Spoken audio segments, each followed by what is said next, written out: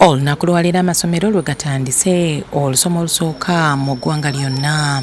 Abasasi baffe batuuseeko mu kibuga Kampala ng'entambula esanyaladde ng'abazadde bagezaako okufuna ebyetaagisa by'essomero.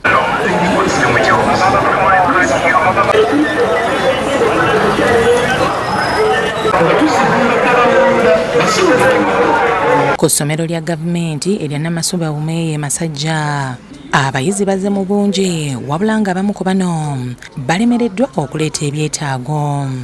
Abaana abasinga temubawadde requirements.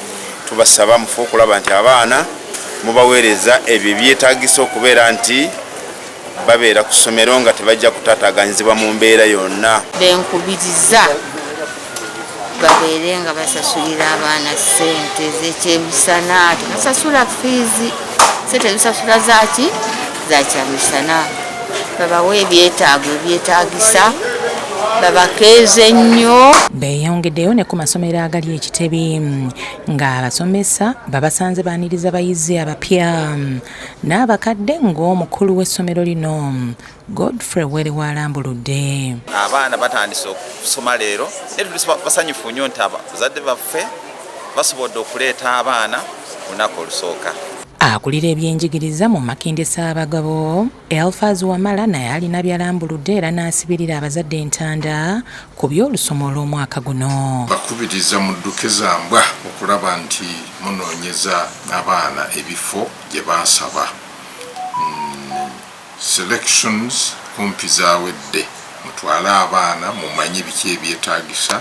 Ate woogendako ne Nansana embeera bweti bwebadde. Era omulimu gutandise ne bwogenda mu kirasi kati abasomesa batandise okukola omulimu gwabwe. Tuba tukimanyi nti buli lunaku oluyita terugenda kudda. Embeera si nnungi, abantu bajja mpola mpola, abantu baavu, ebintu biri ku buseere, buli kimu kiri waggulu. Tulisibinza abayizi amasomero gaffe era tuli beteefuteefu nnyo okulaba nti tugenda bakwasaganya bulungi nnyo. Ekyenjawulo kya ttaamu eno nti ng'abasomesa tuba tuvudde mu luwummula olw'emyezi 2, so tulukozesa okulaba nti twezimba omulimu gwaffe, tunoonyereza, tunoonya okumanya wano ne wali. Yudaya Namyalo ne Buyondo William be bakusakidde eggulu eno Crab Kelly TV.